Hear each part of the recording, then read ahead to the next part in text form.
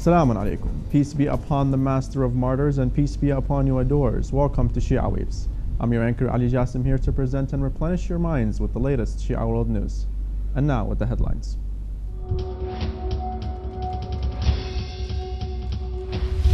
Imam Hussein Holy Shrine establishes a Quranic radio station in Denmark.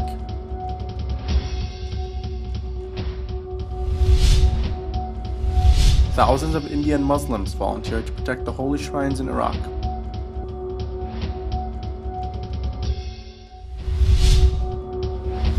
Top Boko Haram commander arrested.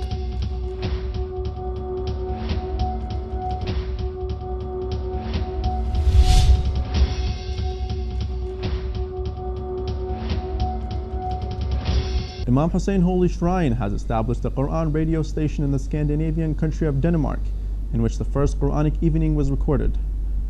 Sayyid Alauddin al-Hassani, the director of the Quran radio station, said that following the directions of the Secretary General of the Holy Shrine of Imam Hussein, the eminent Sheikh Abdul Mahdi al-Karbala'i, the delegation headed to Denmark to establish this radio station belonging to the Imam Hussein Holy Shrine.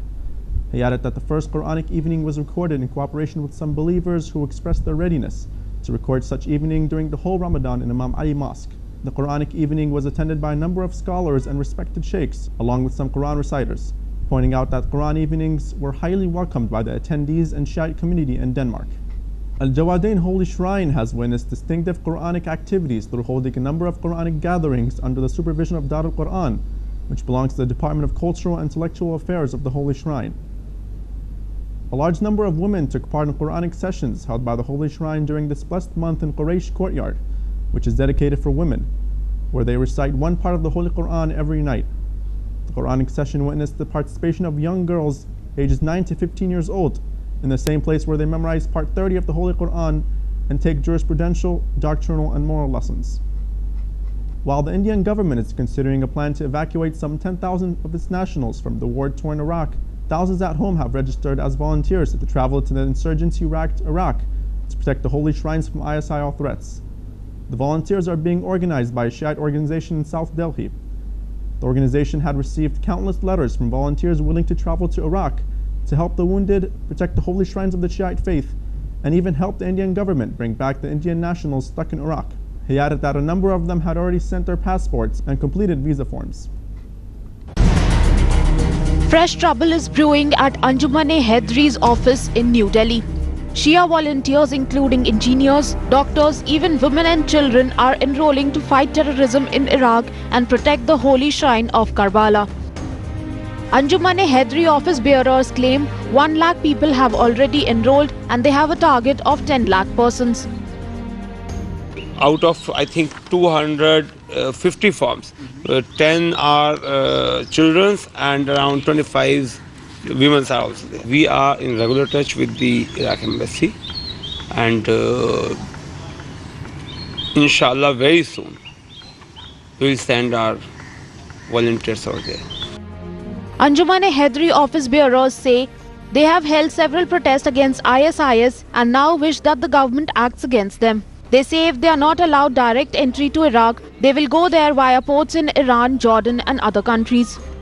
I want to save shrines in Iraq, and they are our religious places, and as you know that Islam is not any emotional religion. It's not an emotional religion, it's a rational religion.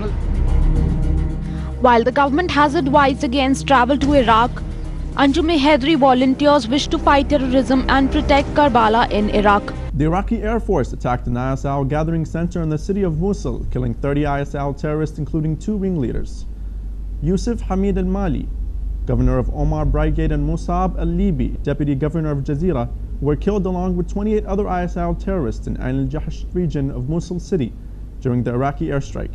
Earlier in that day, the Iraqi security forces killed dozens of the ISIL terrorists in northwestern Babylon and Tikrit.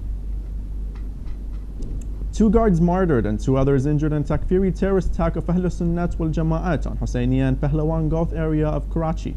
The terrorist groups have launched a violent campaign against Shiite Muslims and appear to have widened their terror campaign in major Pakistani cities. The killing of Shiites in Pakistan has caused international outrage. with rights groups in regional countries expressing concern over the ongoing deadly violence against the Shiite community, which reportedly makes up about a third of Pakistan's population of over 180 million. Police in Nigeria arrested Mohammed Zakari, a senior commander of the Boko Haram sect, blamed for killing hundreds of people since 2009. A police source said that 30-year-old Zakari was linked to the recent killing of 7 people, including women and children. The source added that the suspect was arrested following a massive onslaught by security forces against the activities of the insurgents in the Balmu forest in Bauchi State in the northeast. He said Zakari was arrested while fleeing from intensive counterinsurgency operations around the forest.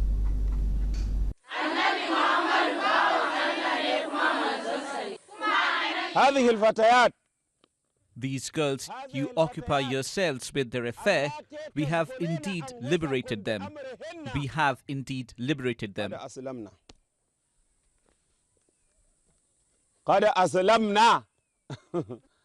Do you know we have liberated them? These girls have become Muslims. They are Muslims.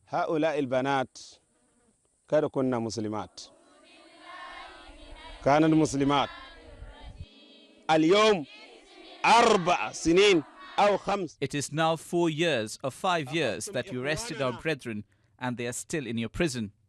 You are doing many things to them. And now you're talking about these girls?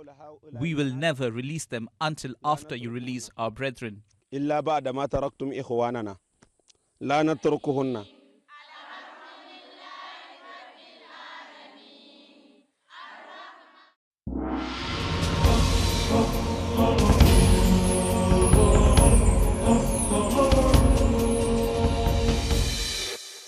We have reached the end of our new show. Thank you all for joining in with us, and as always, remember our dua to hasten the reappearance of our beloved Imam al-Mahdi, peace be upon him. Wassalamu alaikum wa rahmatullahi wa barakatuh.